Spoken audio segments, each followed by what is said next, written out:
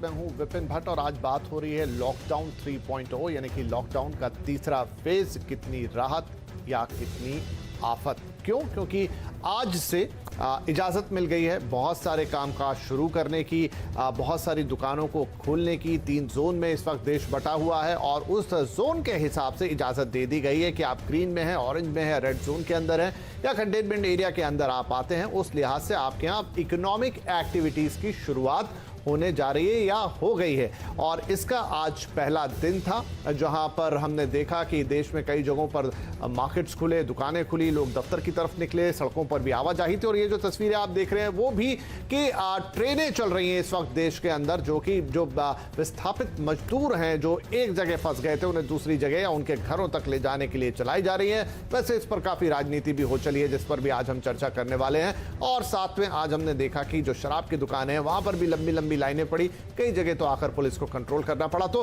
कुल मिलाकर ये जो अब लॉकडाउन में ढील दी गई है ये एक तरह की राहत भी है तो साथ में थोड़ी आफत भी लेकर आई है। और इसी पर आज हम चर्चा करने जा रहे हैं जिसमें हमारे साथ शामिल हो रहे हैं बीजेपी के प्रवक्ता सैयद जफर इस्लाम साहब, कांग्रेस के प्रवक्ता सुरेंद्र राजपूत, सीआईआई के आईसीटी मैन्युफैक्चरिंग के चेयरमैन विनोद शर्मा साहब, वरिष्ठ पत्रकार आलोक मेहता, सीएसजीएस के प्रोफेसर अभय दुबे और सामाजिक विश्लेषक उर्वशी मित्तल। आप सभी का बहुत बहुत स्वागत है। तो शुरुआत आज हम उर्वशी जी के साथ करते हैं क्योंकि ये सामाजिक विश्लेषक है और ये पूरी जो ताना बाना है ये समाज की एक तस्वीर को ही पेश कर रहा है। तो उर्वशी जी, आज हम लॉकडाउन के तीसरे हिस्से में पहुंचे हैं। लॉकडाउन कितना ज़रूरी था पिछले दिनों वो हम सब ने देखा, नहीं तो शायद ये नंबर बहुत बड़ा होता। लेकिन दिक्कत ये है कि अभी भी नंबर इतना छोटा नहीं है जिससे हमारा डर पूरी तरह से खत्म हो जाए। लेकिन एक तरफ अर्थव्यवस्था भी है जिसका ध्यान रखना होगा, लोगों को रोजगार, लोगों को उनकी आय मिलती रहे इसका भी ध्यान रखना होगा, लोगों का जो विस्थापन है उसकी भी समस्या का इलाज करना होगा और साथ में हमारी सप्लाई चेन दुरुस्त रहे, लोगों को उनकी ज़रूरत की चीज़ें मिले उसका भी ध्यान रखना होगा। ये देखते हुए अब देश में उसकी ढील दी गई है। आपका इस पर क्या विचार है? जिस तरीके से हम फेज वाइज तरीके से चल रहे हैं, क्या ये एक सबसे बेहतरीन तरीका हमारे जैसे देश के लिए है या कुछ और भी हम सोच सकते थे? देखिए विपिन जी, आपने जो पूछा हम पहले अपनी 2-3 चीजें कहेंगे। जरूर। आपने सुना होगा सब तो लीडर हैं यहाँ, आखिर फॉलोअर कौन है। And negativity spreads faster.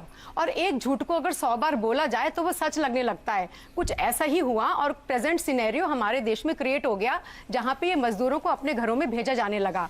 इस ग्लोबलाइजेशन के जमाने में हमने अपने देश को प्रदेशों में विभक्त कर दिया और कोई कंपैशन की फीलिंग ही नहीं रही। हर एक राज्य की सरकार को ऐसा लगा कि जैसे अगर वो 1 रुपया किसी उस मजदूर पे खर्च करती हैं जो शायद किसी दूसरे प्रदेश में रहता है तो ये उनका खर्चा बेकार हो गया। अब देखिए, अब ये तो पुरानी एनालिसिस है और हमें हमेशा उम्मीद पे दुनिया कायम है, आगे का सोचना चाहिए। तो अब जो कुछ भी फेस डेवलपमेंट हुआ, देखिए हमारे पास 2 ऑप्शन थे, या तो जब तक फ्लैट एकदम कर्व हो जाता तब तक हम इंडोर्स रहते, लेकिन जिंदगी की जरूरतें तो इंडोर्स में रहकर भी पड़ेंगी और जैसे आपने कहा वो सब जरूरतें पूरी करनी चाहिए। तो अब जो कुछ भी हुआ स्लोली ग्रेजुअली इतनी दिनों तक गवर्नमेंट ने जो ट्रेनिंग दी, हमें लगता है कि वो ट्रेनिंग को अगर हम स्टेप बाय स्टेप देखेंगे कि लोग कितना फॉलो कर रहे हैं तो शायद ये उससे ठीक रहेगा। और सेकेंडली अब जो मजदूर घर पहुंच गए, देखिए अभी भी सरकार ने क्या कहा, उन्होंने फेज्ड ओपनिंग की इजाजत दी है कि जो फैक्ट्री है वो अपने 100% यूटिलाइजेशन पे नहीं चलेंगी। तो जितने मजदूर रह गए हैं वो तो ठीक है यहाँ पे काम करेंगे, पर उनके अंदर उनको एक हिम्मत बिठानी पड़ेगी। और जो मजदूर घर पहुंच गए हैं उनको पहले तो क्वारंटाइन में रखा जाएगा, तो एज इट इज वो अपनी फैमिली से नहीं मिल पाएंगे। उसके बाद जब यहाँ पे फैक्ट्रियां खुलेंगी तो वो वहां पर बैठे हैं।